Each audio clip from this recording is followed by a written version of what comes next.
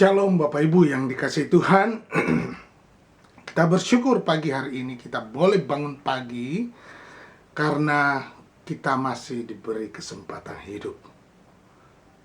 Karena anugerah Allah, kita masih diberi kesempatan untuk memuliakan Tuhan. Oleh sebab itu, sebelum kita beraktivitas, mari kita berdoa untuk membaca dan merenungkan firman Tuhan. Mari kita berdoa. Terima kasih Bapa Surgawi buat hari yang baru ini. Kami bersyukur atas hari yang indah ini, atas waktu yang Tuhan berikan untuk kami memuliakan Tuhan. Kami mau membaca firman-Mu sebelum kami beraktivitas. Berikan kami hikmat pengertian akan maksud rencana-Mu dalam hidup kami. Haleluya, amin. Bapak Ibu, mari kita membaca di dalam 1 Tesalonika pasalnya yang keempat. Firman Tuhan berkata, mulai 13, selanjutnya kami tidak mau saudara-saudara bahwa kamu tidak mengetahui tentang mereka yang meninggal, supaya kamu jangan berduka cita seperti orang-orang lain yang tidak mempunyai pengharapan. Karena jikalau kita percaya bahwa Yesus telah mati dan telah bangkit, maka kita percaya juga bahwa mereka yang telah meninggal dalam Yesus akan dikumpulkan Allah bersama-sama dengan Dia. Ini kami katakan kepadamu dengan firman Tuhan. Kita yang hidup, yang masih tinggal sampai kedatangan Tuhan, sekali-kali tidak akan mendahului mereka yang telah meninggal. Sebab pada waktu tanda diberi, yaitu pada waktu penghulu malaikat berseru dan sangkakala Allah berbunyi, maka Tuhan sendiri akan turun dari sorga, dan mereka yang mati dalam Kristus akan lebih dahulu bangkit. Sesudah itu, kita yang hidup, yang masih tinggal, akan diangkat bersama-sama dengan mereka dalam awan menyongsong Tuhan di angkasa. Demikianlah, kita akan selama-lamanya bersama-sama dengan Tuhan. Karena itu, hiburkanlah seorang akan yang lain dengan perkataan-perkataan ini. Puji Tuhan. Bapak Ibu, kita sudah membaca di dalam 1 Tesalonika pasalnya yang keempat, ayatnya yang ke-13 ini. Bapak Ibu yang dikasihi Tuhan, tidak seorang pun akan tahu apa yang terjadi di depan sana. Ya, apa yang terjadi dengan masa depan. Ya. Apa yang akan terjadi sesudah kematian. Oleh karena itu banyak orang takut menghadapi kematian. Ya. Nah, begini pun yang terjadi dengan jemaat di Tesalonika. Ya. Mereka merasa berduka cita karena beberapa dari antara mereka telah mati. Ya. Firman Tuhan memang mengajarkan bahwa kematian adalah upah dosa. Upah dosa ialah maut. Maut itu bicara kematian. Dan itu ajaran firman Tuhan. Dan sesudah kematian akan datang penghakiman. Jadi wajarlah bila timbul perasaan ngeri dan duka seperti itu. Namun untuk orang yang sudah memiliki iman di dalam Kristus, ya, sebenarnya ada kebenaran yang bisa memberikan kepastian dan sukacita. Tuhan kita Yesus Kristus telah mati dan telah bangkit.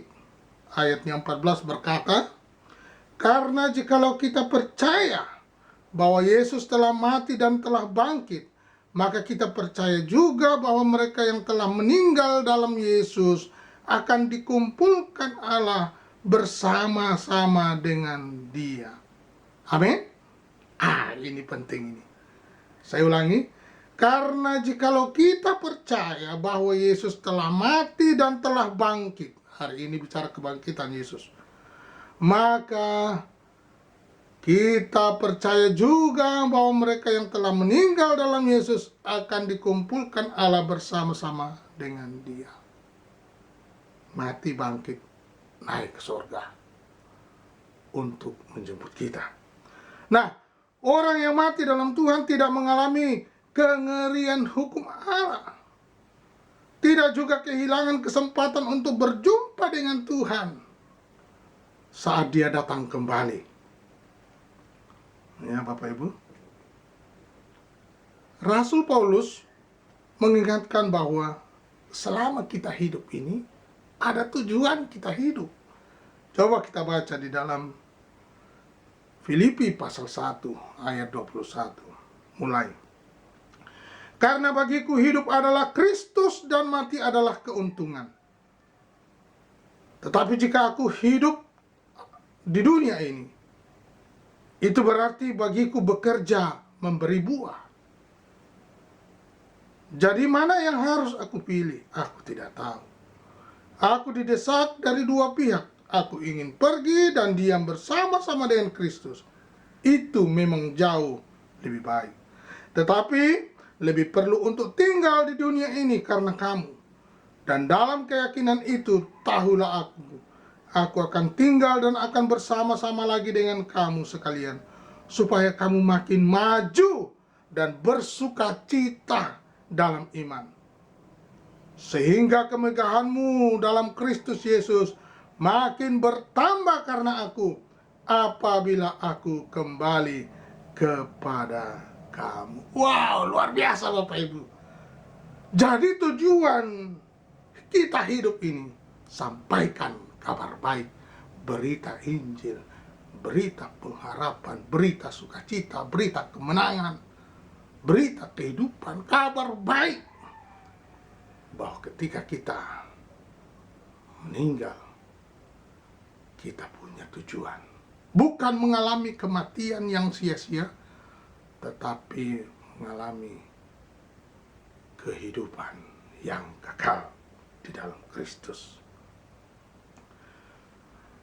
Dan ketika Tuhan datang kedua kali, orang beriman yang sudah mati akan dibangkitkan dan beroleh tubuh kebangkitan. Di dalam 1 Tesalonika 4:16 berkata, sebab pada waktu tanda diberi, yaitu pada waktu penghulu malaikat berseru dan sangkakala Allah berbunyi, maka Tuhan sendiri akan turun dari sorga dan mereka yang mati dalam Kristus akan lebih dahulu bangkit. Luar biasa.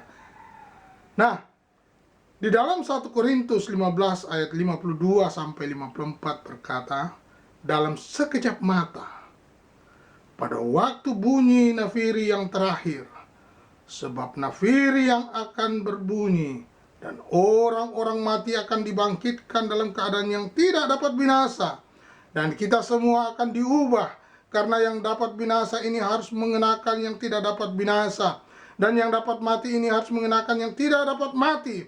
Dan sesudah yang dapat binasa ini mengenakan yang tidak dapat binasa, dan yang dapat mati ini mengenakan yang tidak dapat mati, maka genaplah firman Tuhan yang tertulis, maut telah ditelan dalam kemenangan.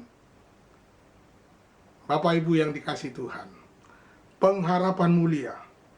Banyak orang termasuk kekristenan yang takut berpikir tentang akhir zaman. Dan kejadian utama pada akhir zaman, yaitu kedatangan Yesus Kristus kedua kali, adalah pengharapan utama dan mulia dalam iman Kristen. Mengapa? Karena ia akan turun dari sorga. Amin Bapak Ibu. Ini penting untuk kita ketahui. Sebab pada waktu tanda diberi, pada waktu penghulu malaikat berseru dan sangkakala Allah berbunyi, maka Tuhan sendiri akan turun dari sorga, dan mereka yang mati dalam Kristus akan lebih dahulu bangkit. Berarti kita tidak hanya beriman dan berharap, tetapi berjumpa langsung, muka dengan muka. Lebih lagi kita akan diubah menjadi baru seutuhnya. Luar biasa Bapak Ibu. Tubuh kita akan diubah sehingga tubuh dan roh